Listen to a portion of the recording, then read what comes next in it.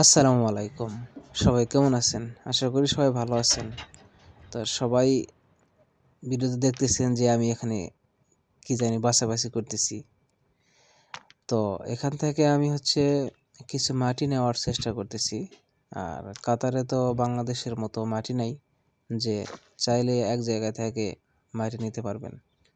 তো এখানে সবকিছুই মিক্সার আছে, বালু, মাটি, পাথর।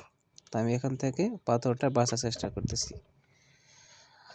আর এই যে বেলচা দেখতেছেন হাতে, এই বেলচা হাজারো প্রবাসী এরকম বেলচা দিয়ে কাজ করে। তো এটা কোনো ব্যাপার না।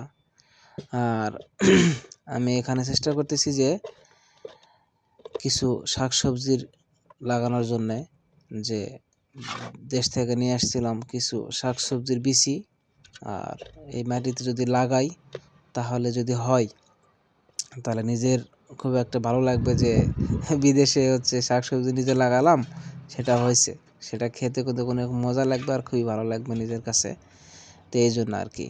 তো যাই হোক, এই যে বাকেটটা দেখতেছেন, এটা ভরে ভরে নিতেছি।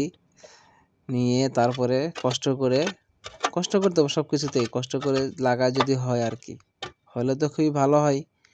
আর না হলেও কিছু না, কারণ এখান থেকে কিছু হলেও একটা শিক্ষা পাওয়া যাবে যে এরকমভাবে হয়েছে, অথবা এরকমভাবে হয় নাই। তো কোনো কাজেই ছোট না, সব কিছুতেই একটা শিক্ষা অর্জন করা যায়। এটাই বাস্তব কথা এবং এটা সত্য কথা। আমরা এই ছোট কাজ মনে না করে সেটা তো আমরা শিক্ষা অর্জন করতে পারবো, যদিও সেখান থেকে কিছু না হয়। তো অবশ্যই ভিডিওটা সবার কাছে যদি ভালো লাগে, অবশ্যই আপনারা সবাই লাইক, কমেন্ট, শেয়ার করে অবশ্যই আমাকে উৎসাহ করবেন। জি ভাইয়া, ঠিক আছে। অনেকেই অনেক কিছু মন্তব্য করবে, তো সবাই তো আর এক না। আর এই দেশে পাথর বেশি, এটা সবাই জানে। তো মাটি কীরকম আছে এটাও সবাই জানে।